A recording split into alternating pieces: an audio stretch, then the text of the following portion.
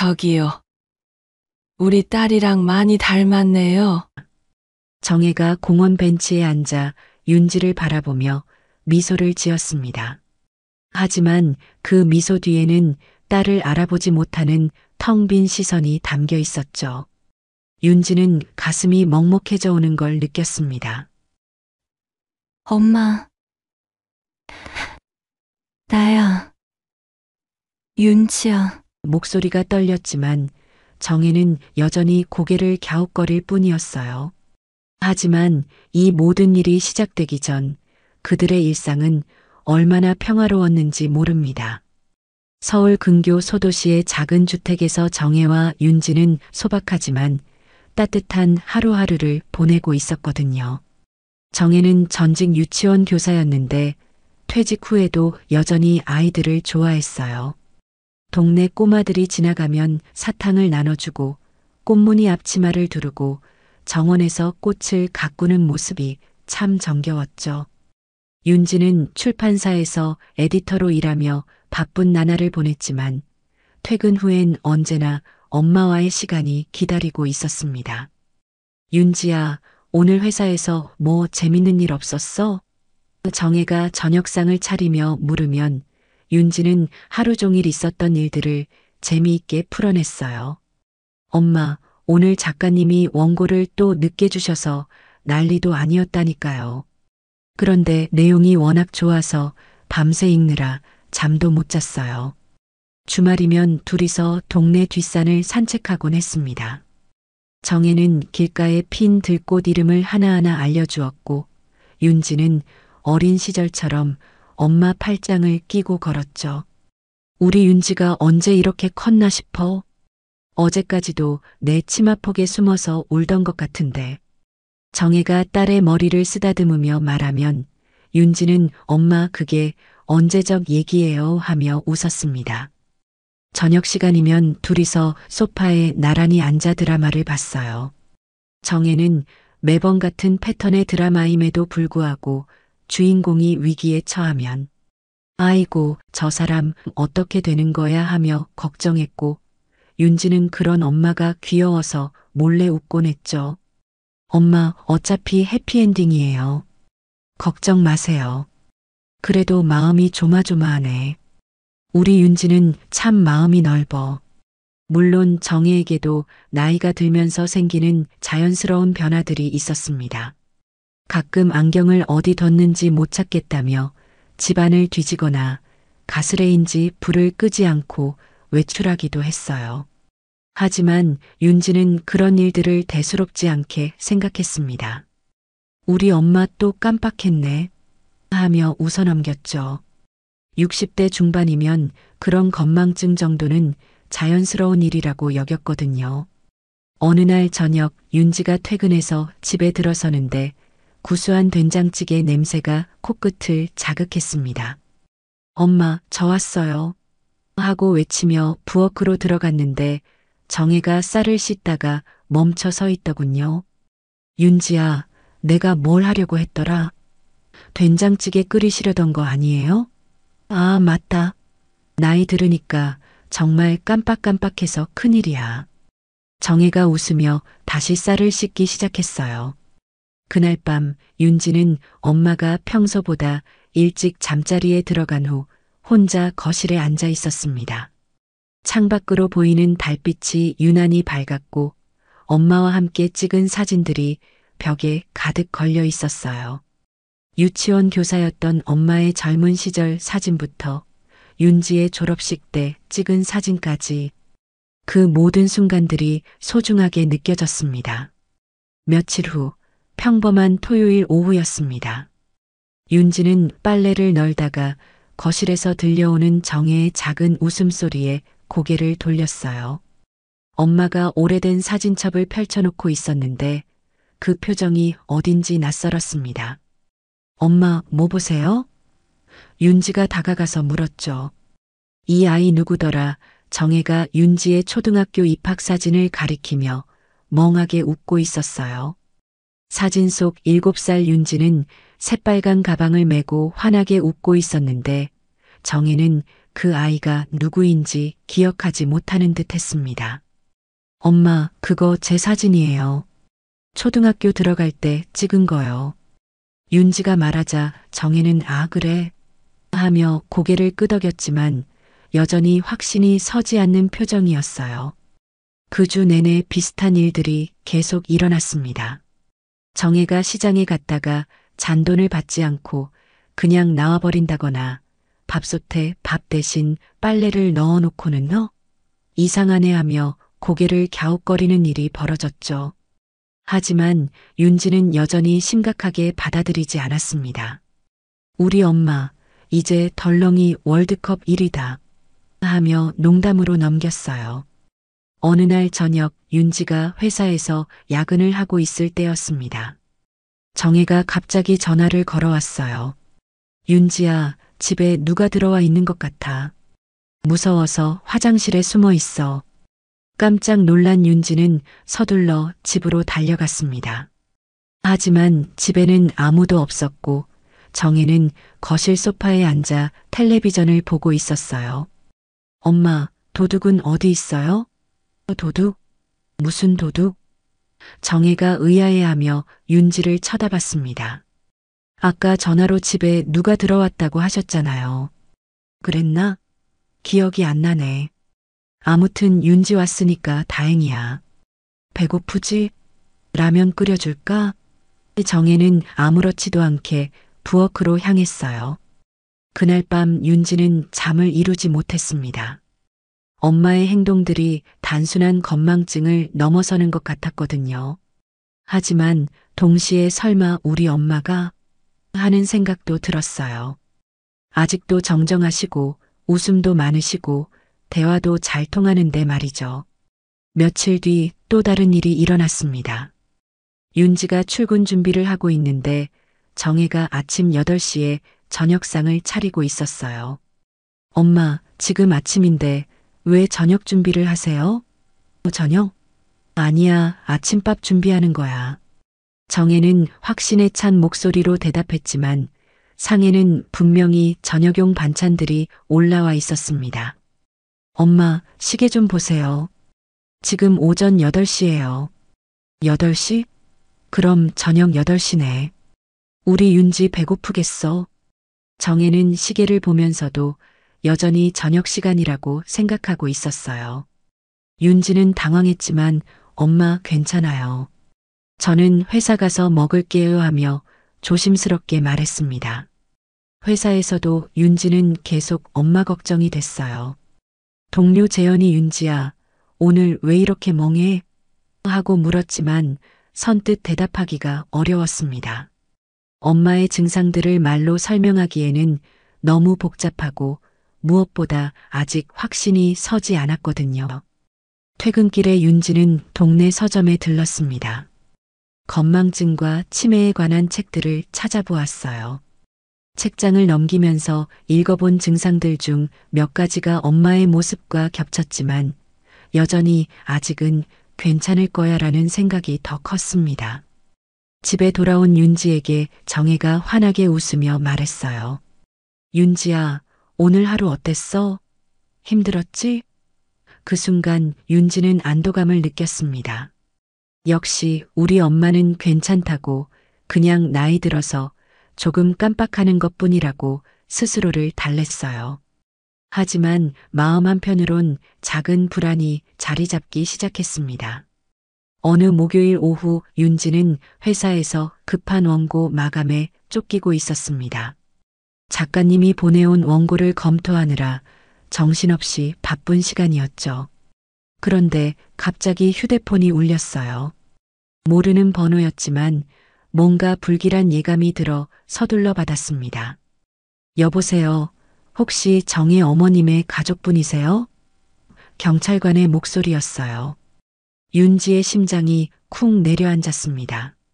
네, 맞습니다. 무슨 일이세요? 어머님이 지금 동네 중앙로에서 교통 정리를 하고 계시는데 저희가 말려도 듣지 않으세요. 빨리 와주실 수 있을까요? 윤지는 급히 회사를 나와 현장으로 달려갔습니다. 그곳에서 본 광경은 충격적이었어요. 정혜가 도로 한복판에서 팔을 흔들며 차량들을 멈춰 세우고 있었습니다. 이쪽으로 가세요. 저쪽 길이 막혔어요. 정혜는 자신이 교통경찰관이라도 된 듯 열심히 손짓하고 있었죠. 어머님, 위험하니까 이쪽으로 오세요. 경찰관이 정혜의 팔을 잡고 인도로 데려오려 했지만 정혜는 완강히 거부했어요. 안 돼요. 제가 안 하면 사고 날 거예요. 그때 윤지가 달려왔습니다. 엄마 하고 부르자 정혜가 윤지를 쳐다봤어요. 하지만 정혜의 눈빛은 낯설었습니다. 누구세요? 왜 절 엄마라고 불러요? 윤지는 얼어붙었어요. 엄마, 나 윤지야. 딸이야. 딸. 우리 딸은 이런 여자 아니에요. 우리 딸은 아직 어린애라고요. 정혜가 소리를 지르며 윤지를 밀어냈습니다. 주변 사람들이 하나둘 모여들기 시작했어요. 윤지는 얼굴이 화끈거렸지만 지금은 그런 걸 신경 쓸 때가 아니었습니다. 엄마, 진정하세요. 집에 가요. 윤지가 다시 정혜에게 다가가려 하자 정혜는 더욱 격하게 반응했어요. 저 사람 모르는 사람이에요. 왜 자꾸 따라와요? 결국 경찰관의 도움으로 정혜를 집까지 데려올 수 있었습니다. 집에 도착하자 정혜는 갑자기 조용해졌어요. 익숙한 공간을 보며 여기가 우리 집이네 하고 중얼거렸습니다. 그리고 윤지를 보더니 아, 윤지야. 언제 왔어? 하며 환하게 웃었어요. 그날 밤 윤지는 한숨도 자지 못했습니다. 더 이상 부정할 수 없었어요. 엄마에게 뭔가 심각한 문제가 생긴 것 같았습니다. 다음 날 아침 윤지는 회사에 반차를 내고 정혜와 함께 병원을 찾았어요. 신경과 전문의는 여러 검사를 실시한 후 윤지를 따로 불렀습니다. 따님, 어머님께서 경도인지장애 진단을 받으셨어요. 치매의 초기 단계라고 보시면 됩니다. 윤지의 머릿속이 하얘졌어요. 그런데 아직 초기라서 일상생활은 가능하세요. 다만 점차 증상이 진행될 가능성이 높습니다. 치료는 할 수 있나요? 윤지의 목소리가 떨렸습니다. 완전한 치료는 어렵지만 진행을 늦출 수는 있어요. 꾸준한 인지 훈련과 약물 치료가 도움이 됩니다. 그리고 무엇보다 가족의 사랑과 관심이 가장 중요하죠. 집으로 돌아오는 길에 윤지는 정혜의 손을 꼭 잡았습니다. 정혜는 병원 다녀왔더니 기분이 좋네. 우리 윤지가 함께 가줘서 고마워하며 웃었어요. 그 순간 윤지는 눈물이 나올 것 같았지만 꾹 참았습니다. 엄마, 앞으로 제가 더 자주 집에 있을게요. 왜? 회사 일 바쁘잖아. 괜찮아요. 엄마랑 함께 있는 게 더 좋아요. 윤지는 엄마의 어깨에 머리를 기댔어요. 정혜는 딸의 머리를 쓰다듬으며 우리 윤지, 참 착하네 하고 중얼거렸습니다. 그날 저녁 윤지는 인터넷으로 치매에 관한 정보들을 찾아봤어요. 의사 선생님 말씀처럼 아직 초기라서 다행이지만 앞으로 어떻게 될지 모른다는 불안감이 컸습니다. 하지만 동시에 그냥 나이 들어서 그런 거겠지? 아직은 괜찮아 하는 마음도 있었어요. 병원 진단을 받은 후 며칠 동안은 별다른 변화가 없었습니다. 윤지는 안도하며 역시 의사가 너무 심각하게 본 것 아닐까 하는 생각도 들었어요. 정혜는 평소처럼 꽃에 물을 주고 저녁을 준비하고 윤지와 함께 드라마를 보며 웃었거든요. 하지만 변화는 서서히 그러나 확실하게 찾아왔습니다. 어느 월요일 아침 윤지가 출근 준비를 하고 있는데 정혜가 민지야, 아침 먹고 가하고 불렀어요. 엄마, 제 이름은 윤지예요. 아, 맞다. 윤지. 요즘 자꾸 헷갈리네. 정혜가 미안해하며 웃었지만 윤지는 가슴이 철렁 내려앉았습니다. 그 주 내내 정혜는 윤지의 이름을 자꾸 틀렸어요. 어떨 때는 수지야, 어떨 때는 영희야 하고 불렀습니다. 윤지가 정정해주면 아, 맞다 하고 금세 고쳐 부르긴 했지만 점점 횟수가 늘어갔어요. 더 심각한 건 시간 개념이 흐려지기 시작한 것이었습니다. 어느 날 윤지가 퇴근해서 집에 왔는데 아침밥상이 3개나 차려져 있었어요. 엄마, 이게 뭐예요? 아침밥이야. 안 먹고 갔길래 계속 기다렸어. 정혜는 진지한 표정으로 대답했습니다. 엄마, 지금 저녁 7시예요. 저 아침에 먹고 갔잖아요. 그랬나? 아침에 안 먹은 것 같은데 정혜가 혼란스러워하며 중얼거렸어요.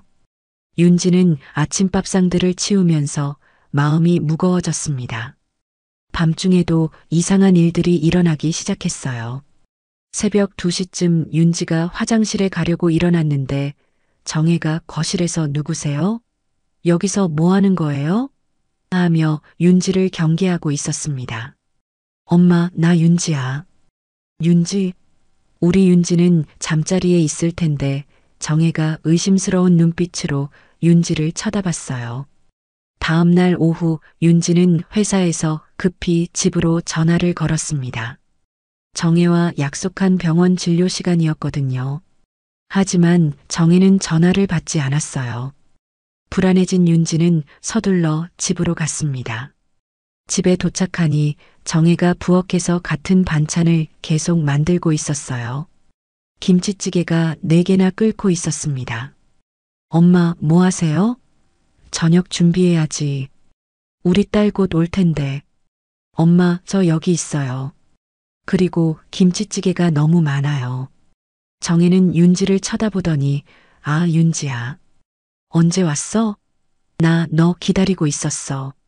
하지만 몇 분 후에 또다시 같은 질문을 했어요. 윤지야, 언제 왔어? 이런 일이 하루에도 여러 번 반복됐습니다. 그날 저녁 윤지는 정혜와 함께 소파에 앉아 있었어요. 엄마, 병원에서 받은 약 드셨어요? 무슨 약? 치매약이요. 의사 선생님이 꼭 먹으라고 하셨잖아요. 치매? 내가 왜 치매야? 나는 멀쩡해. 정혜가 화를 내며 일어섰습니다. 윤지는 당황했어요. 엄마가 자신의 병을 인정하지 않으려 한다는 걸 깨달았거든요. 엄마, 화내지 마세요. 그냥 건강을 위한 거예요. 나는 아프지 않아. 왜 자꾸 이상한 소리를 해? 정혜의 목소리가 점점 높아졌습니다. 그날 밤 윤지는 인터넷으로 치매 환자 가족들의 경험담을 읽어봤어요. 기억은 조각처럼 흩어집니다. 사랑하는 사람도 잊어버려요. 가장 힘든 건 환자 본인이 병을 부정하는 것이라는 글들이 눈에 들어왔습니다. 의사 선생님의 말이 떠올랐어요.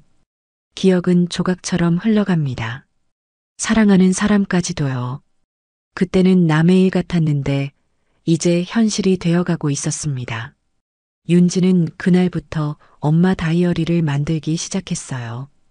정혜의 어린 시절 이야기부터 윤지가 태어났을 때의 기억, 함께했던 소중한 순간들을 하나하나 적어나갔습니다. 언젠가 엄마가 모든 걸 잊더라도 적어도 자신은 기억하고 있겠다는 마음이었어요. 어느 화요일 오후 윤지는 출판사에서 작가와의 미팅을 마치고 집으로 향하고 있었습니다. 요즘 들어 정혜의 상태가 더욱 불안정해져서 집에 있는 시간을 늘리려고 노력하고 있었거든요. 그런데 집 앞 골목에 들어서는 순간 뭔가 달랐어요. 대문이 활짝 열려 있고 정혜의 슬리퍼가 현관 밖에 놓여 있었습니다. 엄마 하고 부르며 집 안으로 들어갔지만 아무 대답이 없었어요. 윤지는 급히 집안을 샅샅이 뒤졌습니다.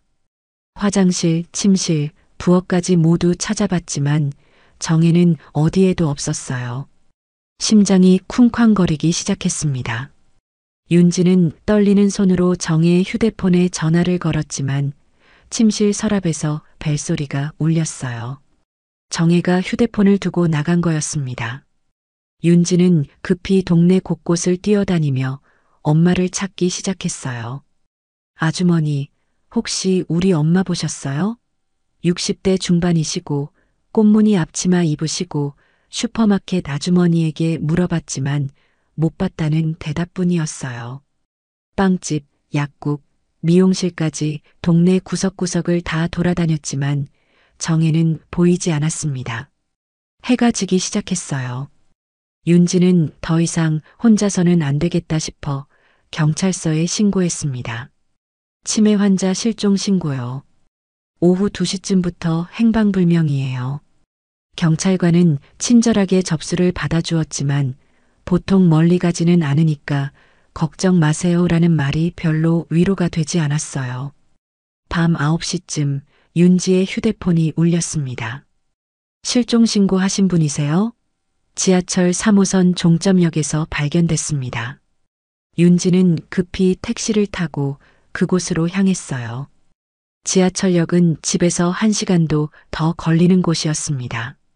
역에 도착했을 때 정혜는 벤치에 앉아 있었어요. 꽃무늬 앞치마가 구겨져 있고 머리카락도 흐트러진 채였습니다. 윤지가 엄마 하고 달려가자 정혜가 고개를 들었어요. 하지만 그 눈빛은 윤지가 아는 엄마의 눈빛이 아니었습니다. 저기요 아가씨, 우리 딸이랑 많이 닮았네요. 정혜가 환하게 웃으며 말했어요. 윤지는 가슴이 무너지는 것 같았습니다. 엄마 나야. 윤지야. 윤지? 우리 윤지는 아직 어린애인데 아가씨가 윤지라고요? 정혜가 고개를 갸웃거렸어요. 윤지는 목이 메었지만 차분하게 말했습니다. 네, 맞아요.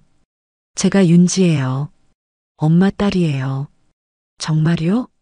그런데 우리 윤지는 이렇게 크지 않았는데 정혜가 여전히 의아해하며 윤지를 쳐다봤어요. 엄마, 집에 가요. 걱정했어요. 윤지가 정혜의 손을 잡자 정혜는 순순히 따라왔어요. 택시 안에서 정혜는 계속 중얼거렸습니다. 이상하네, 우리 윤지가 언제 이렇게 컸지? 어제까지도 내 무릎에 앉아서 책 읽어달라고 했는데. 집에 도착한 후 윤지는 정혜를 침실로 모셨어요. 엄마, 이제 주무세요. 고마워요, 아가씨.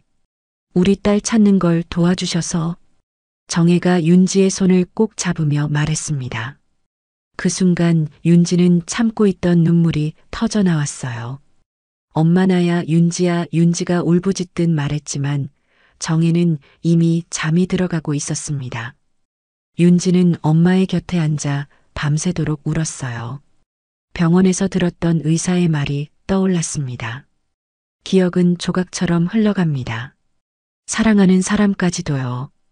다음 날 아침 정혜가 일어나서 윤지를 보더니 윤지야, 언제 왔어? 어젯밤에 어디 갔었나? 하고 물었어요.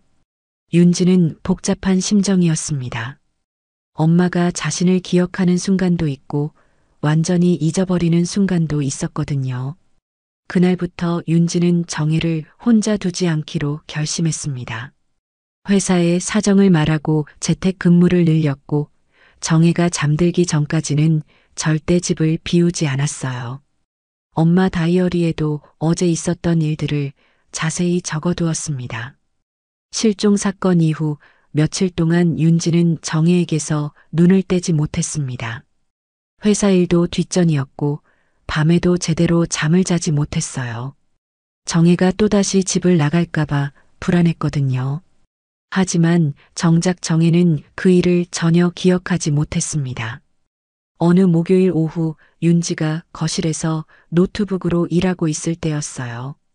정혜가 부엌에서 뭔가를 하고 있었는데 갑자기 조용해졌습니다. 윤지가 고개를 들어보니 정혜가 가스레인지 앞에 서서 멍하니 있더군요. 엄마, 뭐 하세요? 아, 윤지야. 정혜가 돌아보며 환하게 웃었어요. 그런데 그 미소가 예전과 달랐습니다. 더 맑고 더 순수했어요. 마치 아이 같은 미소였습니다. 윤지야, 내가 윤지 이름을 제대로 불렀지? 윤지는 깜짝 놀랐어요. 요즘 들어 정혜가 자신의 이름을 제대로 부르는 일이 거의 없었거든요. 네, 맞아요. 엄마가 제 이름을 불러주셨어요. 다행이다. 요즘 자꾸 깜빡해서 걱정이었어. 그날 저녁 더욱 놀라운 일이 일어났습니다. 정혜가 윤지의 머리를 쓰다듬으며 말했어요. 우리 윤지 요즘 많이 힘들지? 엄마 때문에. 윤지는 눈물이 핑 돌았습니다. 정혜가 자신의 상태를 인식하고 있다는 게 믿기지 않았거든요. 엄마가 뭔 말씀을 하세요? 전혀 안 힘들어요. 거짓말하지 마. 엄마가 이상해지는 거 다 알고 있어. 가끔 윤지가 누군지도 모르겠고 시간도 헷갈리고 정혜의 목소리가 작아졌어요. 윤지는 정혜의 손을 꼭 잡았습니다. 엄마 괜찮아요. 우리 함께 이겨낼 수 있어요. 고마워, 우리 딸.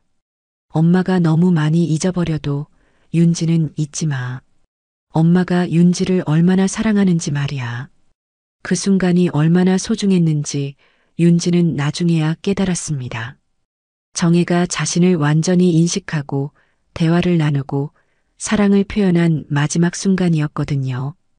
다음 날 아침 윤지가 일어나 부엌으로 갔을 때 정혜는 이미 아침 준비를 하고 있었어요. 안녕하세요. 혹시 윤지 어디 있나요? 정혜가 윤지를 보며 물었습니다. 윤지는 순간 말문이 막혔어요. 어제 그렇게 따뜻한 대화를 나눴는데 하루 만에 또 자신을 잊어버린 거였습니다. 엄마, 제가 윤지예요. 아, 그래요? 우리 윤지 닮았네요. 그런데 우리 윤지는 아직 어린데 정혜가 고개를 갸웃거렸어요. 윤지는 허탈했지만 차분하게 대답했습니다. 네, 많이 컸어요. 그 주 내내 정혜의 상태는 계속 오락가락했어요. 어떨 때는 윤지를 알아보고 정상적인 대화를 나누다가 몇 시간 후에는 완전히 다른 사람처럼 행동했습니다. 윤지는 점점 지쳐갔어요. 동료 재현이 전화를 걸어왔습니다. 윤지야, 요즘 너무 힘들어 보여. 도움이 필요하면 언제든 말해. 고마워, 재현아. 그런데 이런 일은 가족이 해야 하는 것 같아. 윤지는 혼자서 모든 걸 감당하려 했어요. 어느 일요일 오후 정혜와 윤지는 동네 공원을 산책하고 있었습니다. 정혜가 갑자기 멈춰서더니 여기가 어디지? 하고 물었어요. 엄마, 우리 동네 공원이에요. 자주 와던 곳이잖아요. 그래, 처음 와보는 것 같은데. 벤치에 앉아 쉬고 있을 때 정혜가 윤지의 손을 잡으며 말했어요. 아가씨, 혹시 제 딸 못 봤나요? 윤지라고 하는데 아직 어린애예요. 윤지는 가슴이 아팠지만 웃으며 대답했습니다. 걱정 마세요. 윤지는 안전한 곳에 있을 거예요. 그럴까요? 우리 윤지가 혼자 있으면 무서워해요. 엄마 없으면 안 되는 아이거든요. 정혜의 목소리에 걱정이 가득했어요. 윤지는 그제야 깨달았습니다. 엄마 마음속에서 자신은 여전히 어린아이로 남아있다는 걸 말이에요. 그날 밤 윤지은 엄마 다이어리에 썼습니다. 엄마는 저를 잊어가지만 사랑만은 여전해요. 제가 어린아이였을 때의 사랑 그대로요. 어쩌면 그게 다행인지도 몰라요.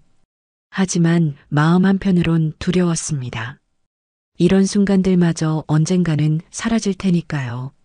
정혜가 보여주는 마지막 모성애의 조각들이 하나둘 흩어져 갈 생각을 하니 견딜 수 없었어요. 희망의 순간이 지나간 후 현실은 더욱 가혹해졌습니다. 윤지는 회사에 장기 휴직을 신청했어요. 더 이상 정혜를 혼자 둘 수 없었거든요. 상사는 이해한다며 따뜻하게 배려해 주었지만 윤지는 자신의 인생이 완전히 바뀌어 버렸다는 걸 실감했습니다. 아침 7시 윤지는 정혜를 깨웠습니다. 엄마, 일어나세요. 아침이에요. 정혜는 윤지를 보더니 누구세요? 왜 제 방에 있어요? 하며 당황해했어요.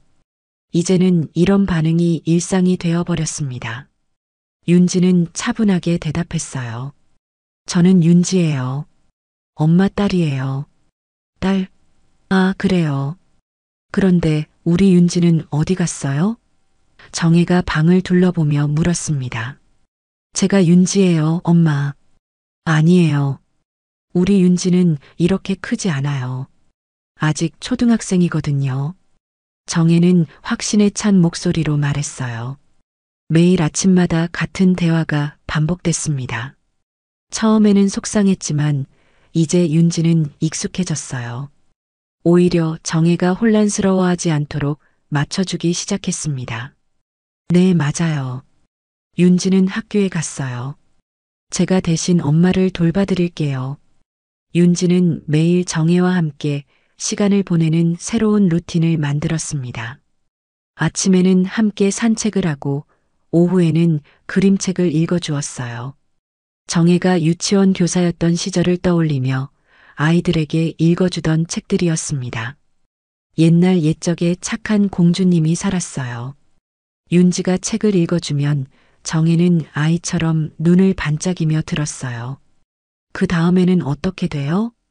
공주님이 왕자님을 만나서 행복하게 살았답니다. 우리 윤지도 그런 공주님 같을 거예요. 오후에는 함께 앨범을 보는 시간을 가졌습니다. 윤지가 어릴 적 일기장을 가져와서 읽어주기도 했어요. 엄마, 이거 제가 초등학교 1학년 때 쓴 일기예요. 오늘 엄마가 맛있는 김밥을 싸주셨다. 친구들이 부러워했다. 정혜는 사진을 보며 이 아이 참 예쁘네요. 누구예요? 하고 물었습니다. 엄마 딸 윤지예요. 아, 우리 윤지구나. 정말 예쁘게 컸네요. 그 순간만큼은 정혜가 윤지를 인식하는 것 같았어요. 저녁 시간에는 함께 요리를 했습니다. 물론 위험한 일은 윤지가 도맡아 했지만 정혜도 할 수 있는 간단한 일들을 함께 했어요. 아가씨, 요리 잘하시네요. 우리 윤지도 이렇게 요리 배웠으면 좋겠어요. 네, 윤지에게도 가르쳐 드릴게요. 하지만 쉽지 않은 날들도 많았습니다. 정혜가 갑자기 집을 나가려고 하거나 밤중에 일어나서 도둑이 들었어요. 하며 소리를 지르는 일도 있었어요. 그럴 때마다 윤지는 차분하게 달래며 진정시켰습니다. 어느 날 밤 정혜가 윤지의 손을 꼭 잡으며 말했어요. 아가씨, 정말 고마워요. 우리 윤지 찾는 걸 도와주셔서 천만에요. 당연한 일이에요. 우리 윤지가 돌아오면 아가씨께 꼭 인사시킬게요. 정말 좋은 분이라고 말해줄게요. 윤지는 눈물이 날 뻔했지만 웃으며 대답했어요. 네, 좋아요. 윤지도 좋아할 거예요. 그날 밤 윤지는 엄마 다이어리에 썼습니다. 엄마는 저를 잊었지만 저에 대한 사랑은 여전해요. 비록 다른 형태이지만 그 사랑만큼은 변하지 않았어요. 며칠 후 동네 의사 선생님이 정기 검진을 위해 집으로 왔습니다. 검진을 마친 후 윤지에게 조용히 말했어요. 많이 진행됐네요. 이제 일상생활 도움이 더 많이 필요할 거예요. 네, 알고 있어요. 제가 계속 돌볼게요. 혼자서 하기에는 너무 힘들 텐데 전문 시설도 생각해 보세요. 의사의 말에 윤지는 고개를 저었어요. 아니에요. 엄마는 집에 있어야 해요. 이곳이 엄마에게 가장 편안한 곳이거든요. 그날 저녁 윤지는 정혜와 함께 소파에 앉아 드라마를 봤습니다. 정혜는 화면을 보며 이 사람들 누구예요? 하고 물었지만 윤지는 상관없었어요. 엄마와 함께 있는 시간 자체가 소중했거든요. 아가씨, 오늘도 고생 많으셨어요. 정혜가 윤지의 손을 꼭 잡으며 말했어요. 아니에요. 전혀 고생이 아니에요. 윤지는 정혜의 어깨에 머리를 기대며 속으로 다짐했습니다. 기억보다 중요한 건 지금 이 순간이야. 엄마와 함께하는 현재가 가장 소중해. 계절이 바뀌고 또 바뀌었습니다. 윤지가 회사를 휴직한 지도 벌써 8개월이 흘렀어요. 정혜의 상태는 조금씩 더 나빠졌지만 윤지는 이제 평온한 마음으로 받아들이고 있었습니다. 매일 반복되는 일상 속에서도 작은 행복들을 찾아가고 있었거든요. 어느 따뜻한 봄날 오후 윤지는 정혜와 함께 동네 공원으로 나왔습니다. 벚꽃이 만발한 길을 천천히 걸으며 정혜는 꽃잎이 떨어지는 걸 신기해했어요. 와, 눈이 내려요. 눈이 아니라 벚꽃잎이에요, 엄마. 벚꽃? 참 예쁘네요. 공원 한가운데 있는 벤치에 앉았습니다. 정혜는 지나가는 사람들을 하나하나 구경하며 저 아이 참 예쁘다. 저 할아버지 인상이 좋으시네 하며 중얼거렸어요. 윤지는 그런 엄마를 바라보며 미소를 지었습니다. 아가씨.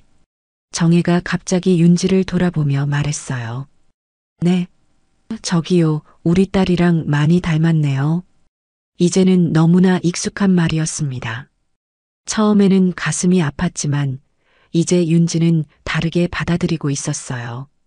윤지는 잔잔히 웃으며 정혜의 손을 꼭 잡았습니다. 네, 맞아요. 제가 그 딸이에요. 사랑하는 우리 엄마의 딸. 정혜는 고개를 갸웃거리며 정말이요? 그런데 우리 딸은 아직 어린데 많이 컸어요, 엄마. 하지만 여전히 엄마의 딸이에요. 그렇다면 다행이네요. 우리 딸이 이렇게 예쁘고 착하게 자라줘서 고마워요. 정혜의 눈에 잠깐 눈물이 맺혔어요. 우리 딸한테 미안한 게 많아요. 엄마가 자꾸 깜빡깜빡해서. 윤지는 놀랐습니다. 정혜가 자신의 상태를 어렴풋이나마 인식하고 있다는 걸 느꼈거든요. 엄마, 미안할 게 없어요. 엄마는 최고의 엄마예요. 정말이요? 정말이에요. 저를 이렇게 사랑으로 키워주신 최고의 엄마요. 햇살이 두 사람을 따뜻하게 비쳤습니다. 지나가는 사람들은 다정하게 앉아있는 모녀를 보며 미소를 지었어요. 누가 봐도 서로를 아끼는 가족이라는 걸 알 수 있었거든요. 아가씨, 아니 우리 딸아. 정혜가 윤지의 머리를 쓰다듬으며 말했어요. 엄마가 많은 걸 잊어버려도 딸을 사랑하는 마음만은 절대 잊지 않을 거예요. 윤지는 가슴이 뭉클해졌습니다. 이런 순간들이 있어서 모든 게 견딜만 했어요. 저도요, 엄마. 엄마가 저를 잊으셔도 저는 엄마를 절대 잊지 않을 거예요. 그게 딸이니까요. 윤지의 목소리가 살짝 떨렸지만 마음은 확고했습니다. 벤치에서 일어나 집으로 돌아가는 길 정혜가 갑자기 멈춰 섰어요. 여기가 어디죠? 우리 집으로 가는 길이에요. 우리 집이 어디에 있어요? 저기 보이는 파란 대문집이에요. 집에 도착해서 저녁을 준비하는 동안 정혜는 부엌에서 윤지를 도왔어요. 비록 같은 질문을 여러 번 반복했지만 윤지는 그때마다 친절하게 대답해 주었습니다. 이거 뭐 하는 거예요? 저녁 준비해요. 누구랑 먹어요? 엄마랑 함께 먹어요. 저녁 식사 후 둘은 소파에 나란히 앉아 있었습니다. 정혜는 윤지의 손을 만지작거리며 부드럽네요. 우리 딸 손 같아요 하고 중얼거렸어요. 윤지는 맞아요. 엄마가 어릴 때부터 핸드크림 발라주셔서 이렇게 부드러워요 하고 대답했습니다. 그랬나요? 잘했네요. 정혜가 만족스럽게 웃었어요. 그리고 잠시 후 다시 물었습니다. 아가씨 이름이 뭐라고 했죠? 윤지예요. 윤지 예쁜 이름이네요. 우리 딸 이름이랑 똑같아요. 그날 밤 정혜를 재우고 난 후 윤지는 거실에 혼자 앉아 있었습니다. 창밖으로 별들이 반짝이고 있었어요. 윤지는 엄마 다이어리의 마지막 페이지를 펼쳤습니다. 오늘로 엄마와 함께한 지 정확히 34년이 됐어요. 앞으로 엄마가 더 많은 걸 잊으셔도 괜찮아요. 저는 우리의 모든 기억을 간직하고 있을 테니까요. 엄마는 나를 잊었지만 난 엄마를 잊지 않을 거예요. 그게 딸이니까요. 며칠 후 재현이 집으로 찾아왔습니다. 윤지야, 얼굴이 많이 밝아졌네. 그래. 응, 예전보다 훨씬 평화로워 보여. 윤지는 웃으며 대답했어요. 매 순간을 엄마와 새롭게 살아가고 있어. 그게 생각보다 행복해. 정혜가 거실로 나와서 재현을 보더니 안녕하세요. 처음 뵙겠어요. 하고 인사했습니다. 안녕하세요, 어머니. 윤지 친구 재현이에요. 아, 우리 딸 친구구나. 잘 부탁해요. 재현이 돌아간 후 정혜가 윤지에게 물었어요. 아까 그 사람이 누구라고 했죠? 재현이요. 제 친구예요. 좋은 친구가 있어서 다행이네요. 친구는 소중한 거예요. 윤지는 고개를 끄덕이며 네, 엄마가 가르쳐 주신 거예요. 하고 대답했습니다. 저녁 무렵 노을이 집안을 붉게 물들였습니다. 정혜와 윤지는 창가에 나란히 서서 노을을 바라봤어요. 참 예쁘네요. 네, 정말 예뻐요. 우리 딸도 이 노을을 보고 있을까요? 정혜가 물었습니다. 윤지는 정혜의 어깨에 머리를 기대며 조용히 대답했어요. 네, 보고 있어요. 엄마와 함께요. 그 순간 정혜가 윤지의 머리를 부드럽게 쓰다듬었습니다. 기억은 사라져도 사랑은 여전히 그곳에 있었어요.